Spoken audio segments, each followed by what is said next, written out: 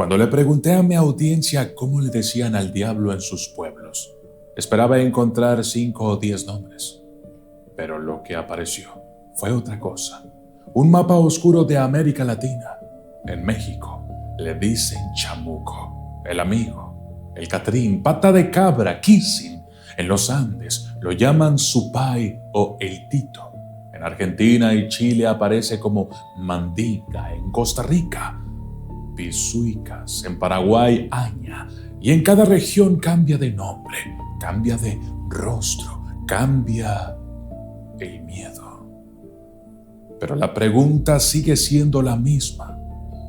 ¿Estamos hablando del mismo ser o de muchas sombras distintas que la región terminó encerrando bajo una sola palabra? Diablo.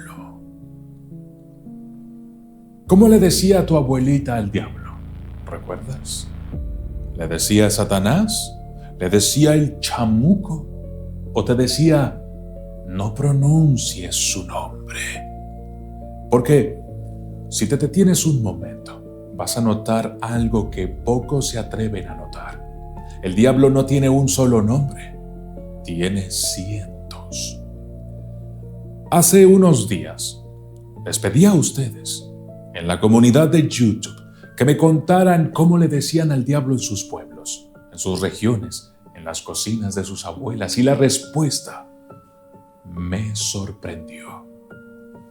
Recibí decenas, no, cientos de nombres que jamás había escuchado. Palabras que sobreviven en lenguas casi olvidadas, eufemismos para no invocarlo de frente, nombres ancestrales que cruzan océanos y se esconden en los rincones más oscuros de nuestras lenguas. Lo que comenzó como una pregunta sencilla en mi comunidad terminó siendo un mapa oscuro. Y hoy te voy a mostrar una parte de ese mapa oscuro. Porque yo soy el documentalista. Y esto es Los Nombres del Diablo. Los nombres más famosos del diablo son Satanás, Lucifer, Belcebú, Belial, Mefistófeles, etc. Ya los conocemos todos en este canal. De esos no hablaremos hoy.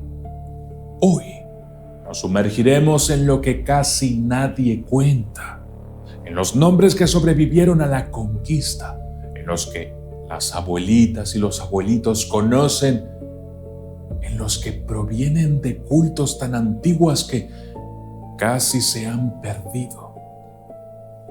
4 territorios, 4 historias.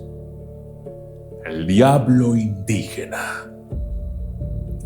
Para entrar en este territorio, tengo que llevarlos a las Islas Canarias, año 1100 después de Cristo, aproximadamente, mucho antes de que los conquistadores castellanos pusieran un pie en estas islas.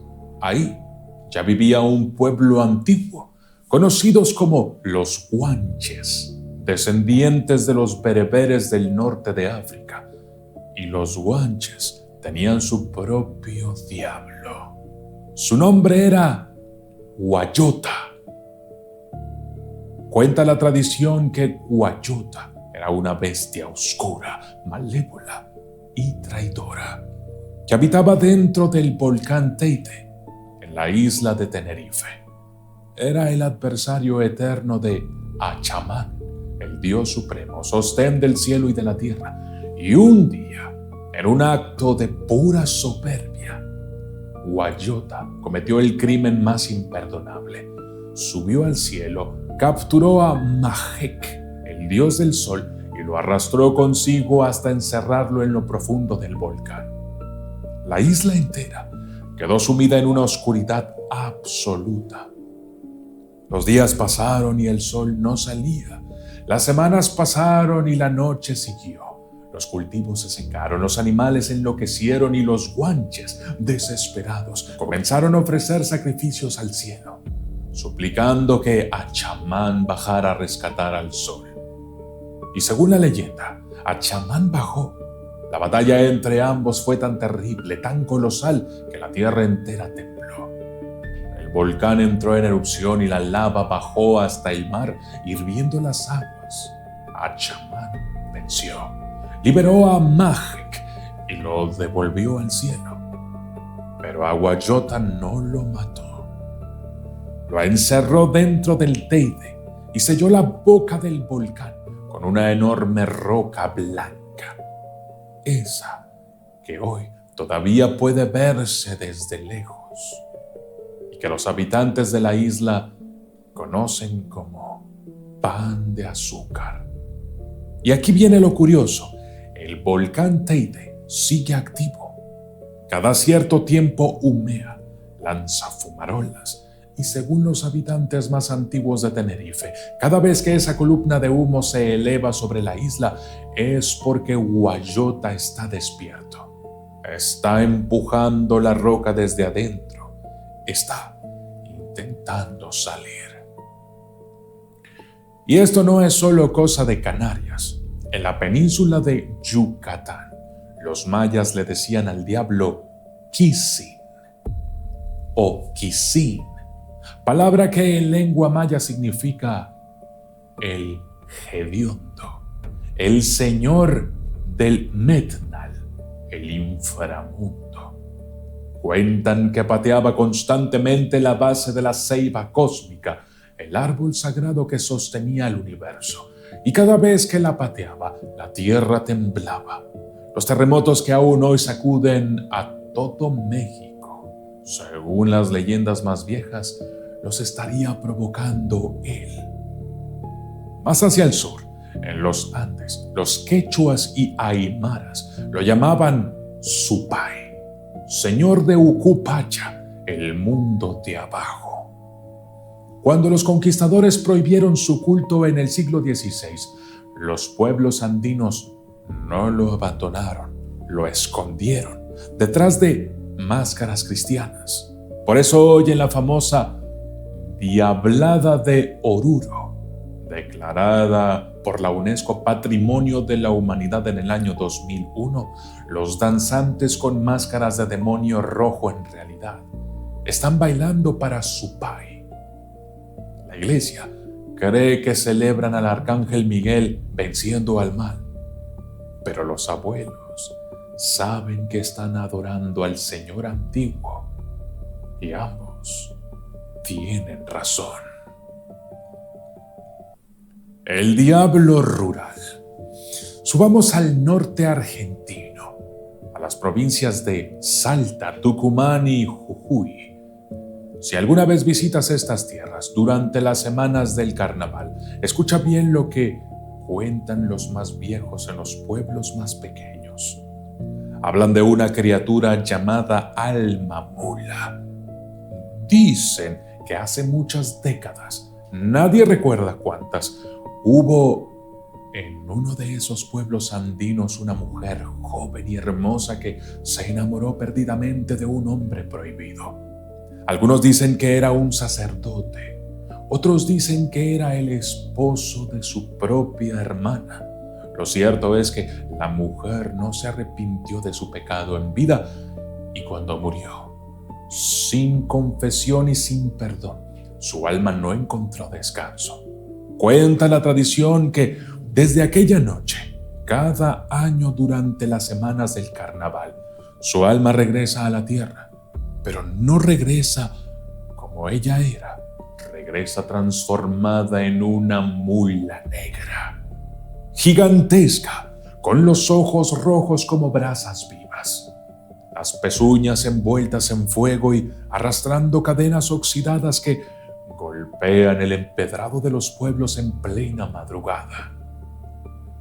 Los habitantes del norte de Argentina aseguran que la han visto, la han escuchado, la han sentido como en el aire que se vuelve frío de repente, como si los perros aullaran sin razón, como las puertas crujen aunque no haya viento.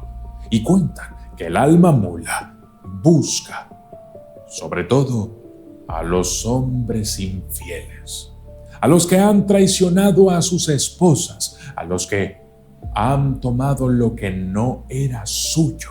A esos los persigue, los acorrala y al amanecer aparecen sus cuerpos en las afueras del pueblo, sin marcas, sin sangre, pero con los ojos abiertos y una expresión de terror imposible de describir.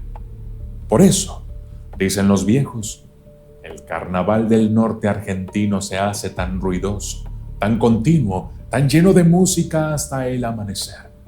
No es solo una fiesta, es vigilia. Pero el diablo rural tiene otras máscaras. En el Río de la Plata le dicen Mandinga, y hay una historia oscura detrás de este nombre. Mandinga era el nombre de un pueblo africano.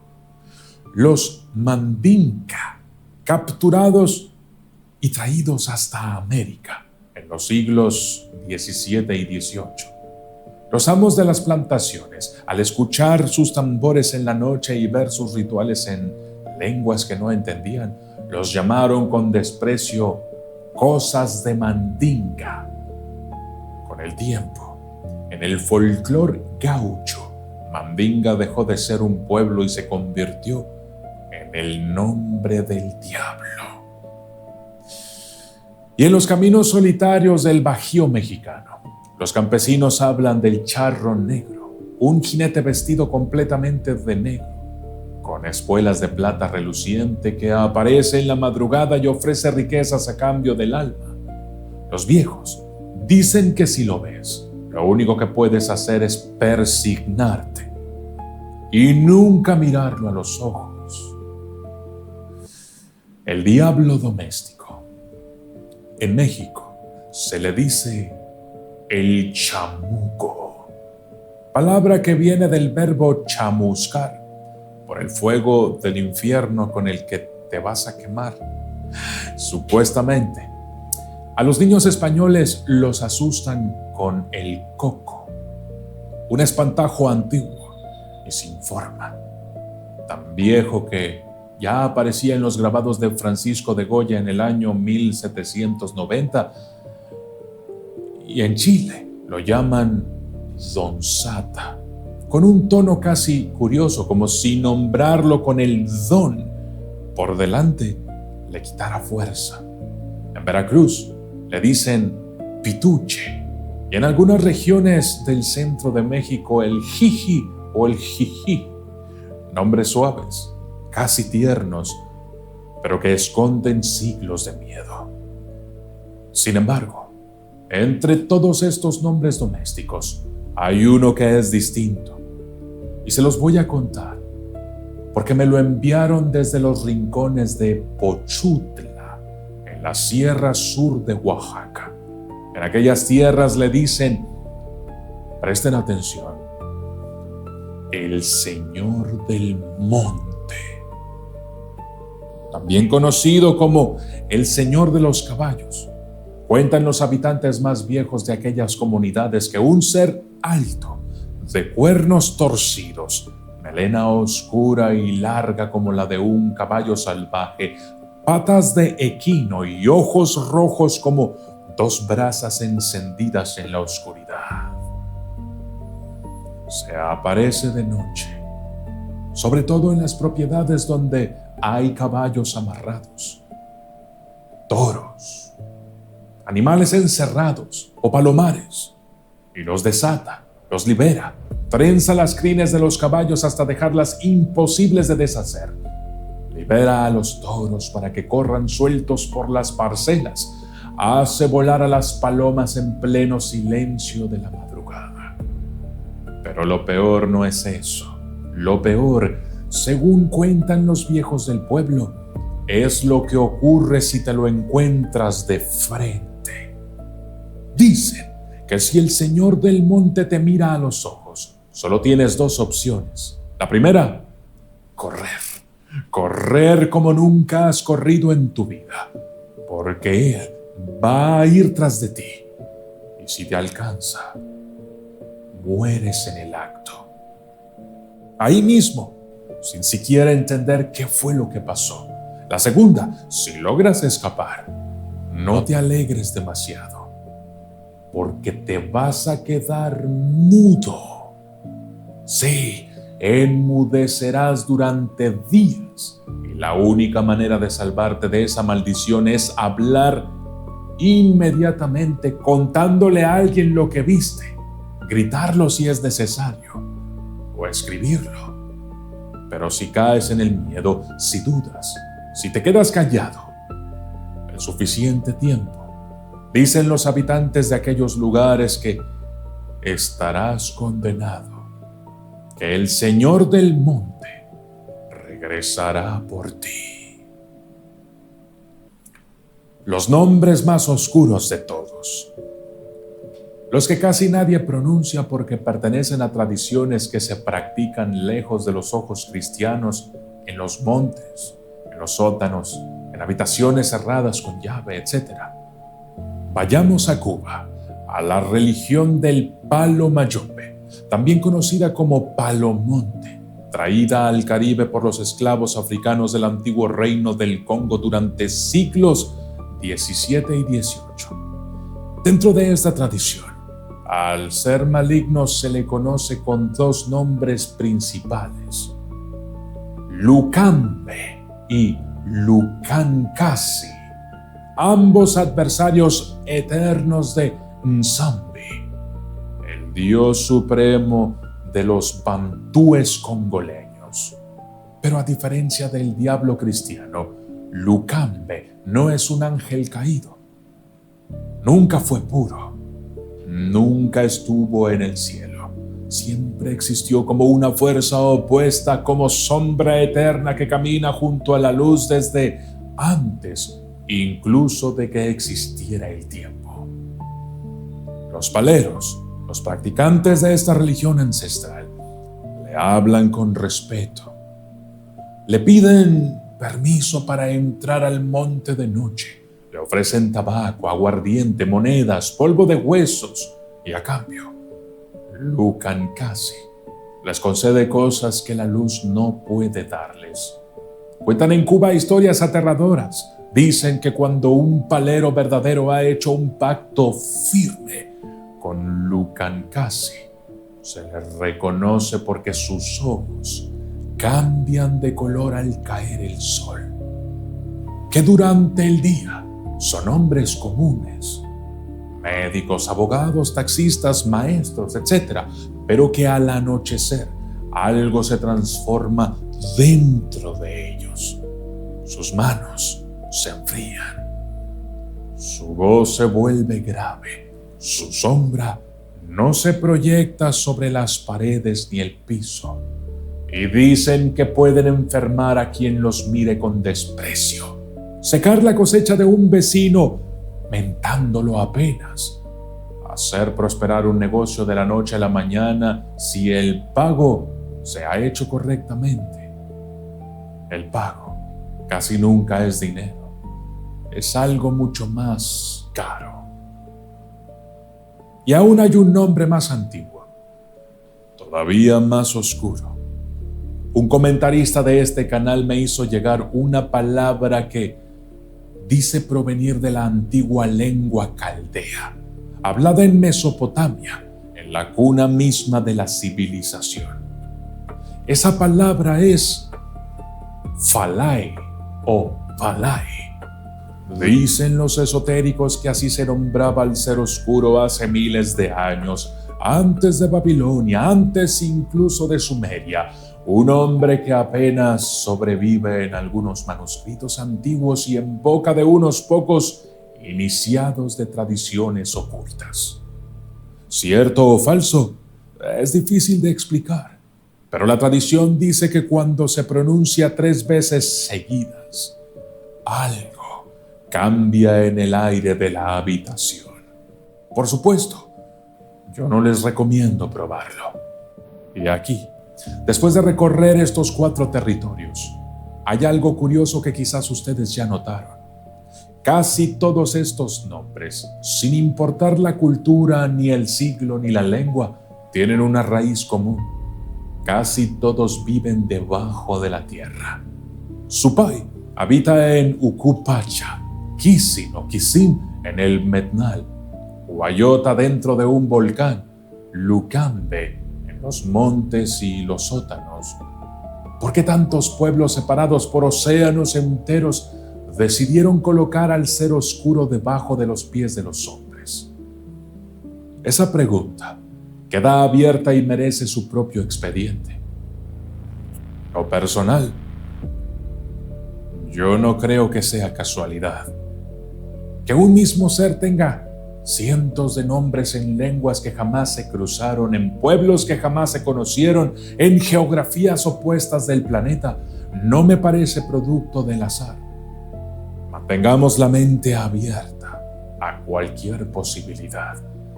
Pero algo me dice que detrás de todas estas máscaras hay una sola presencia, una sola sombra que aprendió a vestirse del miedo de cada cultura y a esconderse en cada lengua y a entrar en cada casa con el nombre que prefirió elegir, con el nombre que esa casa estuviera dispuesta a aceptar. Y queda algo más, algo que quiero dejar abierto para una segunda parte. Hay un nombre, el más antiguo de todos, que ninguno de ustedes me envió en los comentarios. Un nombre que se pronunciaba antes incluso de los caldeos, antes de los sumerios, antes de la escritura misma. Un nombre que según ciertos textos perdidos ni el mismísimo Lucifer se atreve a pronunciar. De ese nombre y de quien todavía lo recuerda hablaremos en otro video, si este video supera las 100,000 reproducciones. Y ahora la pregunta que quiero dejarte: de todas estas máscaras del diablo que hoy recorrimos, ¿cuál te perturbó más? ¿Huayota golpeando la roca desde dentro del volcán Teide? ¿El alma mula recorriendo los pueblos del norte argentino durante el carnaval? ¿El señor del monte de la sierra de Oaxaca con sus ojos rojos como brasas? ¿O Lucancasi del palo mayombe cubano cambiando los ojos de sus paleros al caer el sol? Déjame tu respuesta aquí abajo. Me interesa saber qué piensas al respecto. Y adivina qué. Si eres miembro del canal, si te has unido y quieres saber los 148 nombres del diablo diferentes que me llegaron gracias a todos ustedes, he dejado un link especial. Solamente los miembros lo pueden ver en la comunidad de YouTube, para que puedas leer y conocer el mapa oscuro completo de los 148 nombres del diablo. Lo he dejado especialmente para miembros del canal. Yo soy el documentalista y esto fue Los Nombres del Diablo.